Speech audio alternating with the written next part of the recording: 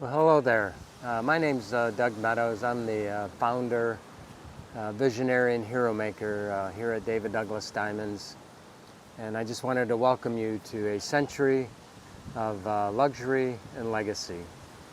And as we continue on our journey of this 100 years of a family of jewelers story, I just think of my grandfather back in 1926 when he started this company, or started us in the jewelry industry, that what I've experienced this past week here in Africa, in Sierra Leone, wasn't even on his radar. He probably had never heard of Sierra Leone.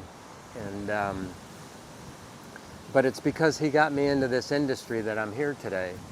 I have the backdrop of the ocean here as we're on the coast, kind of unwinding from a week of travel and exploring and seeing the whole process of the diamonds in the rough, where they come from and different things. And you know,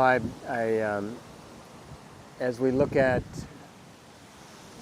this area in Sierra Leone, you know, it's sadly known for the movie Blood Diamond, and I would like to almost rename it to Beyond Blood Diamond, because it has changed. You know, there's nothing that we can do about the past, and it was something that happened over 20 years ago here in this area.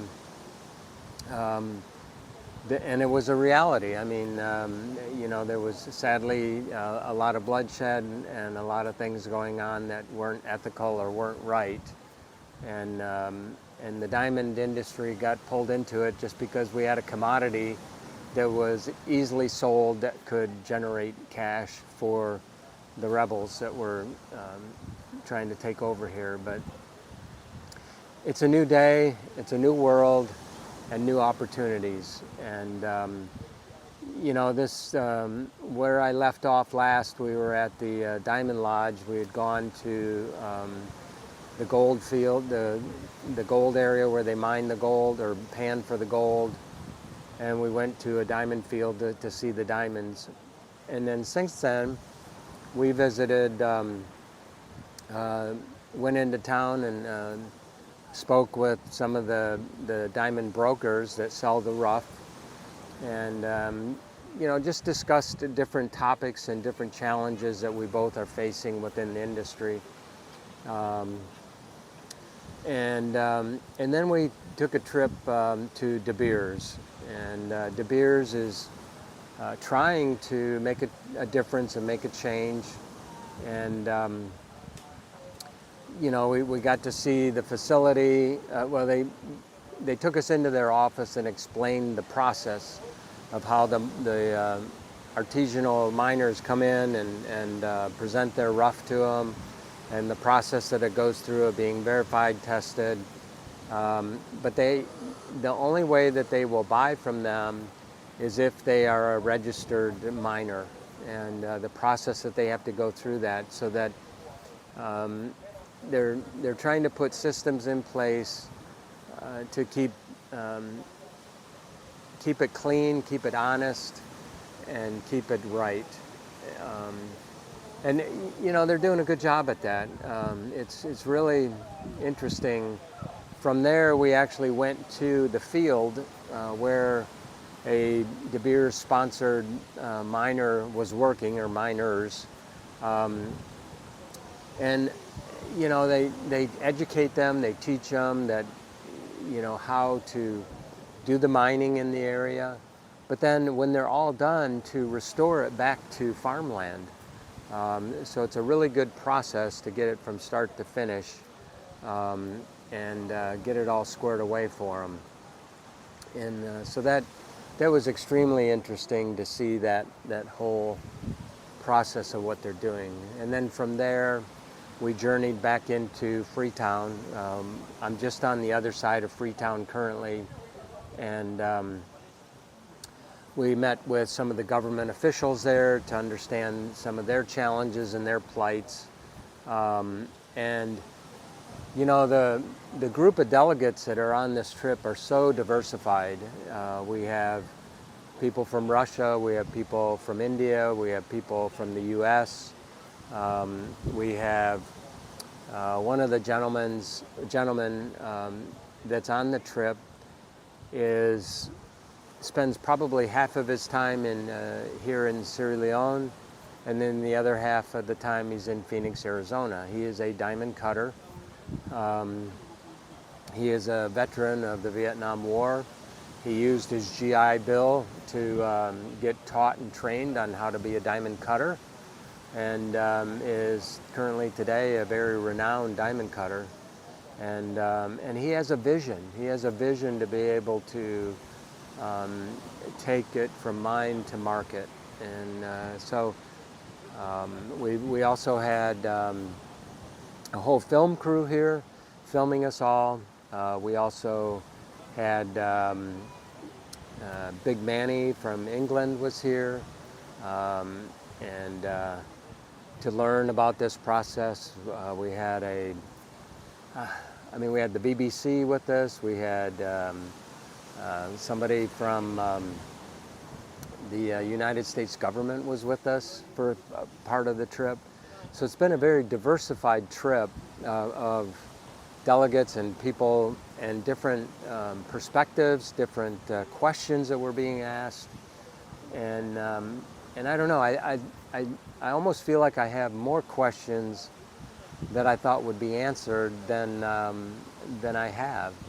But it has really given me an appreciation, more so, for what it takes.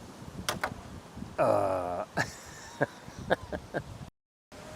right, it got so windy it blew my camera over, so I'm not sure where I was leaving off, but I will try to pick up.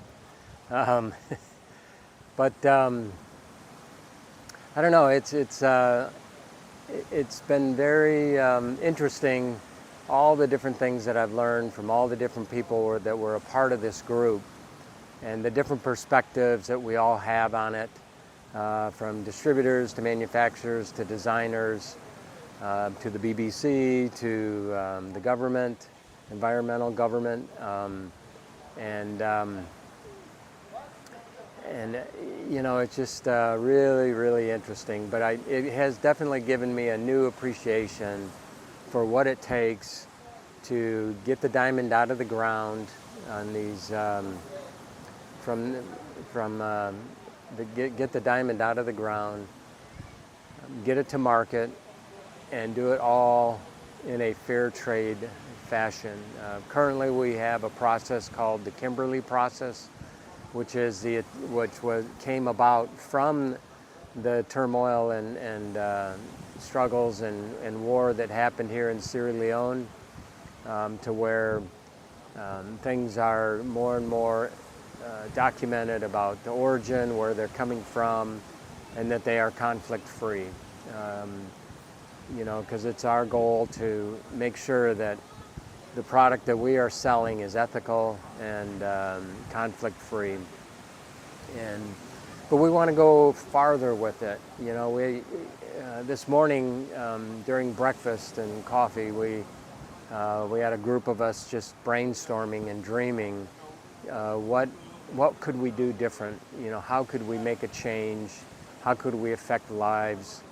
And you know, sadly, what happens with a lot of mining material all over the world, not just here in Sierra Leone, is a lot of the big companies just take the product out of the country, and so the country itself gets very little benefit from it. And the dream that we came up with this morning is that, you know, we can not only get the diamond here from Sierra Leone, but also raise up a cutting school to where we could teach cutters and train them to be cutters, so that they can add additional value to the product, give them some jobs, and before it is exported into the U.S.